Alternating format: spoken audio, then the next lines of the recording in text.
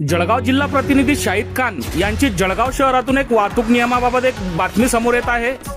जळगावात वाहतूक नियम भंग करणाऱ्यांवर पोलिसांचा धडाका।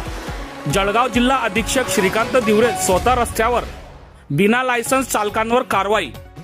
जळगाव शहरात पोलिसांनी अचानक वाहनांची तपासणी सुरू केल्याने रस्त्यावर चांगलीच खळबळ उडाली।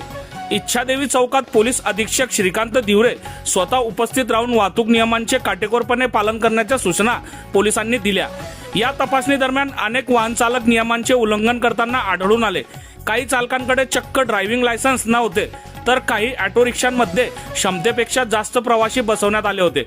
अनेक रिक्षा चालकांकडे आवश्यक कागदपत्रे उपलब्ध नसल्याचे समोर आले। कारवाई सुरू असताना काही वाहन चालकांना वाचवण्यासाठी त्यांच्या परिचितांकडून पोलिसांकडे शिफारसीचे करण्यात प्रयत्नही झाले। मात्र एसपी श्रीकांत दिवरे यांच्या स्पष्ट आदेशामुळे यावेळी कोणत्याही शिफारशीला थारा न देता पोलिसांनी नियमानुसार कारवाई केली। या कारवाईत काही वाहन चालकांनी ऑनलाईन दंड भरला, तर काहींनी घटनास्थळीच दंडाची रक्कम भरून पावती घेतली। दरम्यान पोलिसांची ही कारवाई केवळ दंड वसूल करण्यापुरती मर्यादित नसून नागरिकांमध्ये वाहतूक नियमांबाबत जनजागृती निर्माण करणे आणि रस्ता अपघातांना आळा घालणे हा देखील यामागचा उद्देश आहे। बिना लायसन्स वाहन चालवणे, क्षमतेपेक्षा जास्त प्रवासी वाहून नेणे, हेल्मेटचा वापर न करणे किंवा वाहनाची आवश्यक कागदपत्रे जवळ न बाळगणे अशा नियमांविरोधात पोलिसांनी सातत्याने कारवाई करणे गरजेचे आहे।